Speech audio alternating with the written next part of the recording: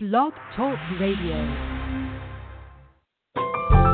Welcome to Last First Date Radio, featuring interviews with experts in dating, relating, and mating in midlife. And now, here's your host, Sandy Weiner. Hello and welcome to Last First Date Radio. We are honored to be one of the top-rated shows about attracting and sustaining healthy relationships, especially in midlife.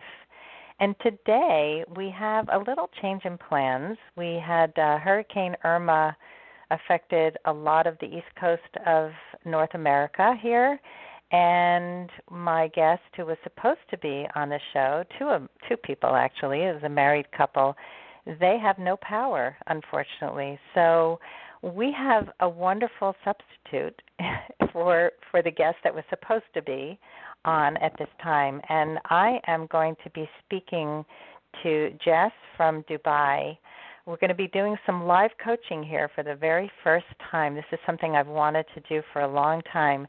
And she wants to know how to let go of the hurt caused by toxic men in the past. So we're going to coach about that, and I'm going to give her some practical tools to help her heal and move on to find the right partner. And just a little bit about me before I get to bringing Jess on is that I really, my passion is helping women over 40 find love. And often there's so much confusing information out there about how to date, who to date, the rules of dating, which I think you should throw in the toilet, because those rules are so confusing and they often make people into fake human beings who are trying to lure in the right partner by being somebody that they're not. And my whole coaching philosophy is that I want you to be you. I want you to be authentically you and take away all the masks that we wear and share from your heart, share vulnerability, and connect in a man-to-woman way when you're in a heterosexual relationship. If you're in a homosexual relationship, obviously, connect in a way that is heart-to-heart and not all intellectual, which is what so many of us do. I've fallen into that trap, too, where we just talk about ideas and our work, and we don't really get into the heart of each other, into really exploring who we are at our core. So I'm about to announce, actually start really letting people know about my second annual retreat, which is coming up in October. At the end of October, I am going to be doing the Women of Value retreat to help women over 40 to really love themselves more and learn what their core values are, what their must-haves are, learn how to understand men, and so much more. So I'm going to be posting about that soon, so look for that in my emails and on social media. And every week I bring you a tip on how to be a woman of value, and this week's tip is step number 10, which is listen to understand. So many times, especially in dating, we're just listening to be heard. And this is a famous Stephen Covey, one of his principles. And I love it so much because when we really stay present and listen to understand, we learn so much and we connect heart to heart in the way that I said before. So before I bring Jess on, I just wanted to say that she is a member of my Facebook group, my private Facebook group, Your Last First Date. So if you're not yet a member, this opportunity to be coached live was only presented in my group, and that's how Jess just got on. So if you want some coaching support, some support for the ups and downs of dating, some clarity for the struggles that you go through, I really highly recommend that you go to Facebook and put in Your Last First Date in the search bar, and you can apply to join us. I would love that. So I'm going to bring Jess on the air right now. Hello. Hi, Sandy. How are you? I'm good. How are you? I'm good. So I saw your question in the Facebook group, and if you can share with us what the core issue is, and then we can begin to get deeper into how to help you. Okay, so I feel like, one of the blocks for me in finding love is that I'm not able to completely let go of the hurt that was caused by, toxic men in my past.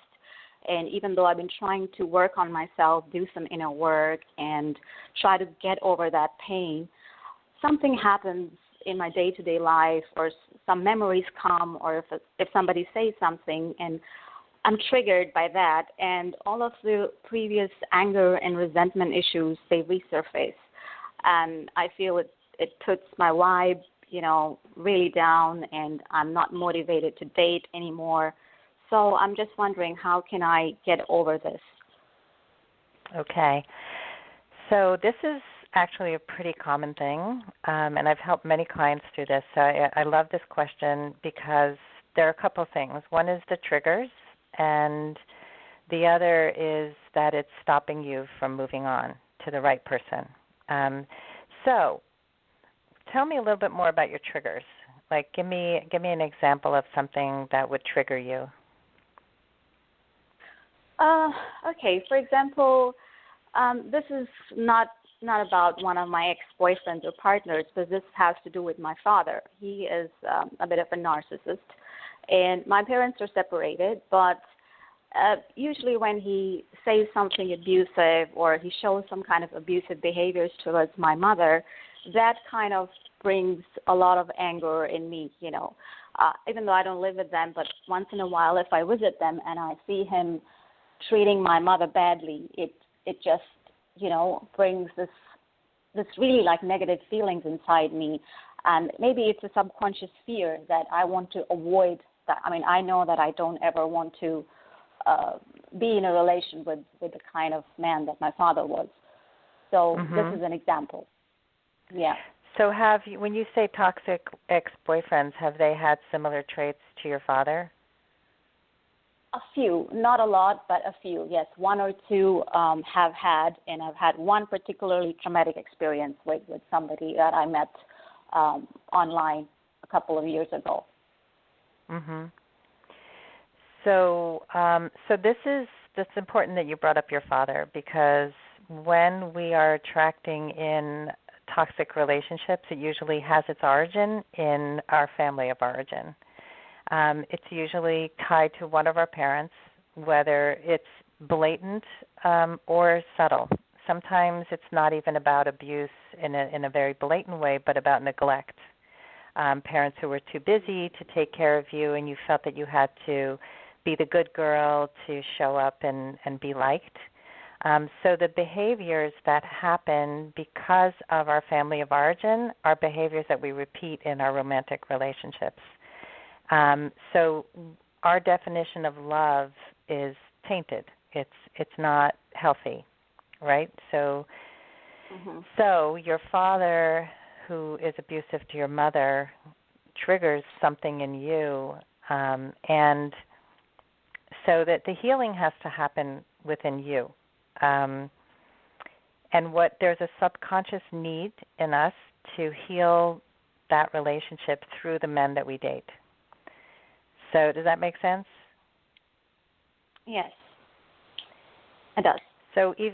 So every time you attract in a toxic man and you tolerate it, you let him in, you're trying to somehow fix it, fix the relationship, hope that somehow by saying the right thing, by doing the right thing, that he's going to love you, that he's not going to be so toxic. That does any of that sound familiar?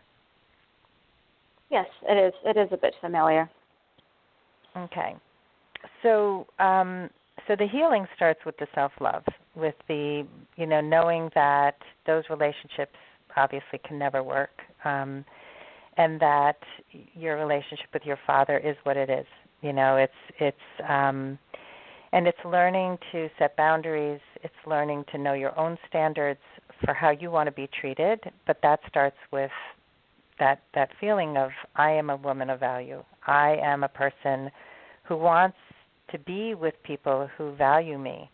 And so when you know that you set your must-haves, you set your deal breakers, and you quickly check men off your list who don't meet your standards. And not just men, but women too. So do you also have any women in your life or friends that have stepped on your boundaries, have not treated you well? No. I think over the years, I mean, I'm 41 years old now. Over the years, I think I've been good with this. I don't have a problem cutting people off from my life whom I find they're very negative and they're not good for my mental health. I just cut them off.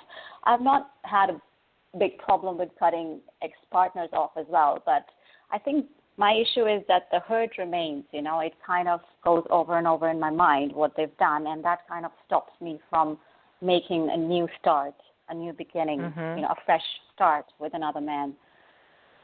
So is it the lack of trust for other men? Yes, that is a big one. I have a really hard time trusting men. So if you're having trouble trusting men, it's because you've trusted the wrong men.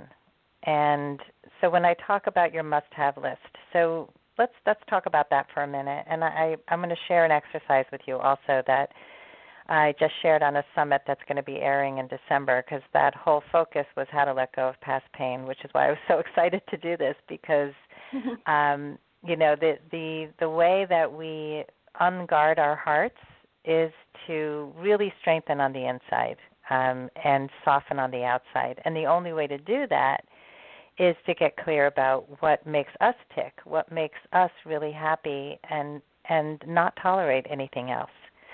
So what are the qualities of a man that really that you need to be with? Like what's really important to you?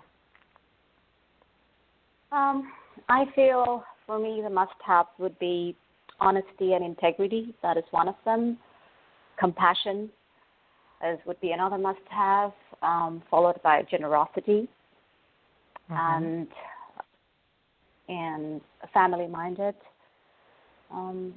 These are the 3-4 things that are coming in my mind right now. I have made a list of, I think, about 4 or 5 must-haves in one of my journals, but I don't have it with me right now. But, these would be my top 3 or 4 must-have. Definitely honesty, integrity, compassion, and generosity. Yes, for sure. And family-minded, you said. And, yes, family-focused. Yeah. So the men that you dated who were toxic, did they have these qualities? My last boyfriend, which I broke up with 1 year ago, he had 1 or 2 qualities, but not all. For example, he was majorly lacking on honesty and integrity. He was hiding things constantly. He wasn't very open, and that made it really hard for me to trust him. He was generous in certain ways, but controlling and manipulative in other ways. So, there is a bit of generosity, but definitely honesty, integrity was lacking. Family-minded a little bit, but for me the major deal breaker was he was financially unstable and lacking integrity. So with this list front and center, and tattoo it to your head or stick it on your mirror, really, this is the litmus test that every man has to go through. So this is a prevention, so that you know that you're not going to allow anybody to stay in your life who doesn't meet those requirements. And so you're going to see if words and actions match. You're going to see if he is controlling or manipulative. You're going to see if those deal breakers are present, and if he does meet your needs. Because if he doesn't, it'll never work. You can never make a person who's manipulative and controlling into the right person. So that's how you learn to trust, is by really being, ruthless about who you let in and who you kick out. So that's part of it. But I do want to address the pain that keeps coming up. So this is about not shutting your heart down to future men. It's shutting your heart down to the wrong men. Does that make sense? Yes, I can totally relate to that. I like how you put it, to be ruthless with this, because I think that, that is called for, definitely. Yeah, it's, I just got off the phone with a client before, and she had a phone call with a new man who she did not feel a connection with at all. And she said, he seems really nerdy. He's kind of we talked about work and science and, what I said at the beginning of the show, that we have to connect heart to heart.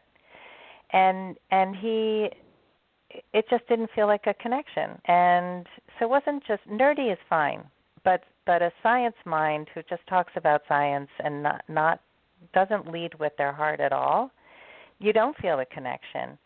And so if she was trying to somehow form a connection with him, and even on the phone they could not form a connection at all, I said to her, you just can't waste your time with people who you don't feel a connection with. You can't fit a square peg into a round hole. So you have to really stop trying and keep moving through, there's going to be a lot of no's until you get to your yes. But you don't want to shut down to all men, because all men are not the problem. It's the bad men, the men who are toxic to you, who are the problem.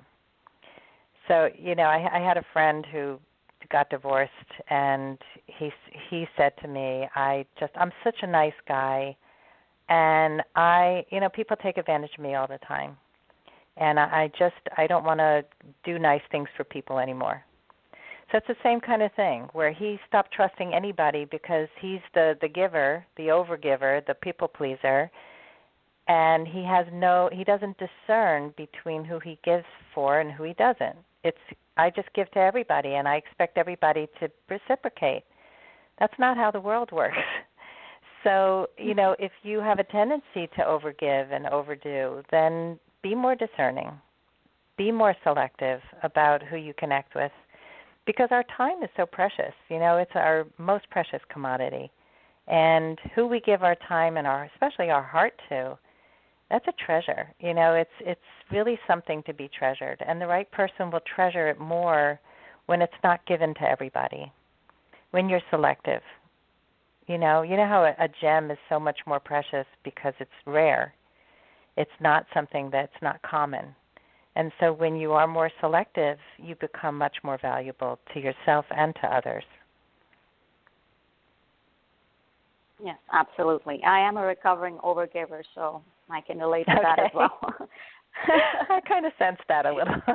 It usually goes with the profile of letting people, step on your values and stuff. It's like you're a nice person, and empaths and kind, sweet people are the ones who attract in the narcissists and the sociopaths, because we don't suspect them to be evil, unkind people. We just think people are going to be nice.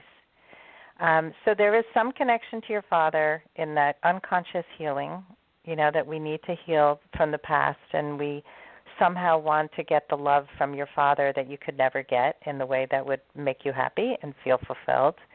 And so we subconsciously desire that in all the mates that we have until we do this inner healing. And so, and the inner healing comes with valuing yourself more, which means setting your standards, your must-haves, your deal breakers, knowing what makes you happy, and being able to let a man know that. I need 8 hours of sleep. I need quiet time every day. Being able to state your needs like that, and just, you go on a vacation with a man and he wants to be with you 24/7, and that's going to make you crazy.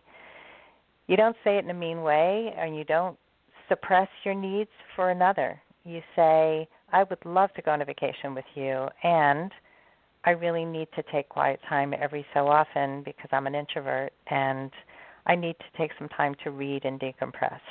How about you? What are you going to need? And you have a grown-up conversation about it. So I'm sharing with you tons of things, but there's so many pieces of this, but it's like when you know your needs and you can express them, none of this happens anymore. Like you just don't attract the wrong men, and the right men are going to really want to honor your needs because they want to make you happy. So I want to do an exercise with you, and there's two exercises actually. So I want to start with one that I did not do on the summit, and this one is if you can think about the last time you were triggered, that you felt the pain. Can you imagine that right now? Yes, I can, because it was actually today. Oh, okay. So that's very fresh in your mind. So where in your body did you feel that pain? I guess it's in my chest. Okay. So what does it feel like in your chest? Heaviness. I feel like the chest is constricted. Mhm. Yeah, just general heaviness in my upper chest. I feel like I'm not able to take a deep breath. Like it's a little when hard I to remember. breathe. Yeah. And if you were to give it a color, what color would it be? I guess it would be blue, a really dark shade of blue. Okay, so it's dark blue and it's constricting in your chest and it's hard to breathe. If you were to give it a temperature, would it be warm, cold, neutral? Yeah, definitely warm. Warm. So what I want you to think of now is the antidote to this pain. I want you to bring in another color that would feel loving and kind. What color would that be? I think it would be green, because for me that is the color of healing. I've always been attracted to green. Okay. So let's surround that dark blue mass in your chest with the green. And does the green have a temperature? Neutral. Neutral. Okay. So we're bringing in some love and compassion and kindness.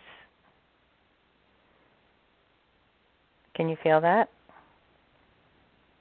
Yes, I'm imagining being surrounded by a circle of green light.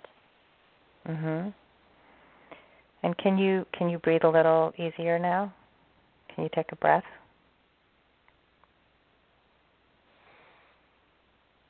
Yeah.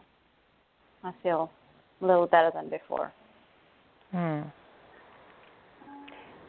So when you have this trigger, know that you can heal it. It takes time and it takes repeated times. And I really love to do things that are not based in your brain but based in your body.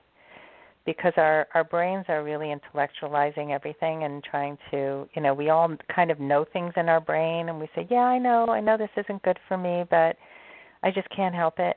When we do things in our body is brilliant, and our body doesn't need to know the why. It just needs to know that you can heal it. And so when you feel that in your body again, when it happens, to just know that you can surround that pain with love, with that healing energy. And I would also really focus on trying to make that mass that's in your chest, that heaviness, try to really sit and meditate with it and make it lighter and lighter and smaller until it starts to disappear, so that the green starts to really take over, and that's what's filling your body instead of the dark. Sure. That was helpful. Okay, good. So there's one more exercise, and this is also a somatic healing exercise, and this comes from the Sonoma method. And it might be overkill. I'm really giving you a lot in this half hour, but are you okay with one more thing? I'm really grateful for all the help you're giving me, Sandy. Oh, great, great. So Jess, if are you near an object, something you can put in your palm right now? Could be anything that you can hold in your hand. Yes. Okay. What are you holding? It's a pen. It's a marker pen. Okay, so I'm going to hold a pen too. And the object that's in your hand, the pen, is representing your pain. So pen and pain are very close, so that's good. And your palm is your intuition, it's your consciousness, it's your higher self. Okay? So I want you to squeeze the pen, which represents the pain, and squeeze it really, really hard. Okay, and if you can squeeze it even harder.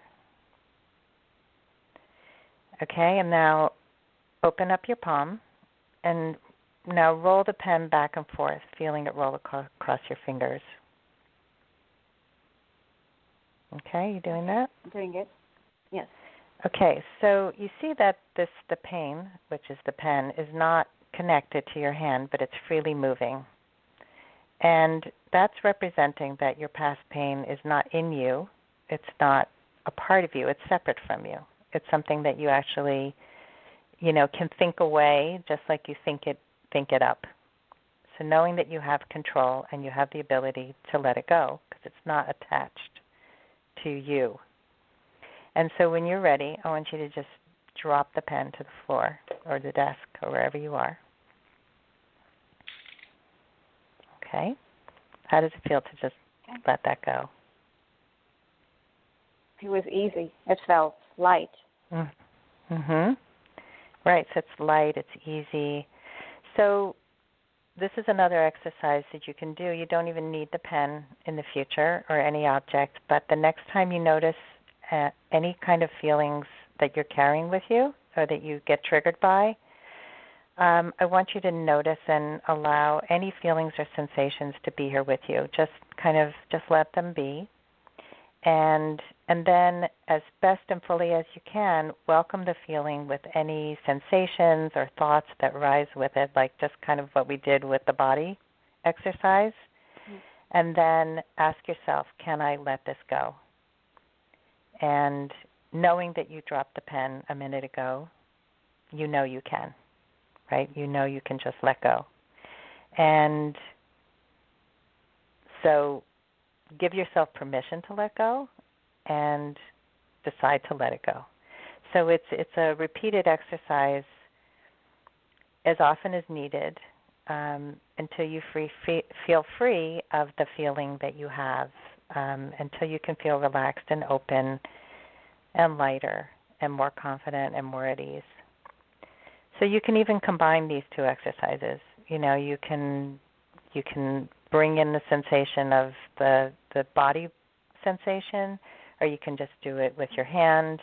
But it's all really to help you to just continue to practice letting go. And this can come up with anything, like, in your job, you might get triggered by somebody, something happens. You can just, the more you do these kinds of exercises, the quicker you can get to the letting go. So does that help? Yes, that was super helpful. I will definitely try and practice more of these. Perfect. So I'm going to give you some homework, because that's what I do as a coach. And I would like you to make this a daily practice, like maybe, first thing in the morning or before you go to bed, to just begin to just do this as a kind of meditation, to really take in anything that's really holding on to you for the day, and just do this and let it go, and really get into the practice of making it easier and easier for you. Will you do definitely do it. I Perfect. will most definitely do it. Great. So tell me, what are your takeaways from today? My takeaways are, I think, first of all, like you said, I have to be crystal clear in my mind about my must-haves and my deal breakers. So, like you said, I will try and keep a list where it's easily, accessible to me throughout the day. I can keep that in my mind, especially if when I do go and meet new men. And the other big one was that it is up to me to let go of the pain. You know, pain happens to everybody, but if I make a conscious choice and if I exercise these tools that you've given me, I can actually let it go. And I don't have to be perfect in it. The more I practice, I'm sure it will help me. So, but the main thing is that, like you said, I have a conscious choice to let it go. You know, it's up to me in the end. And just like dropping the pen, it can be easy if you let it be easy. Yeah. Perfect. So, yay. Yeah. Yeah, so I'd love to hear some feedback in the group once you've been working on this, maybe next, in a week or so. Will you report in and let me know how it's working? With pleasure. Certainly I will. Awesome. Perfect. Thank you. And thank you, Jess, for coming on the show today and being my first coaching client live on the radio. Really appreciate it. And really hope that you can really heal the past pain, because you're a beautiful woman with so much to offer the right man. And, we just want to make sure that you're selective and, really ruthless about your journey to love.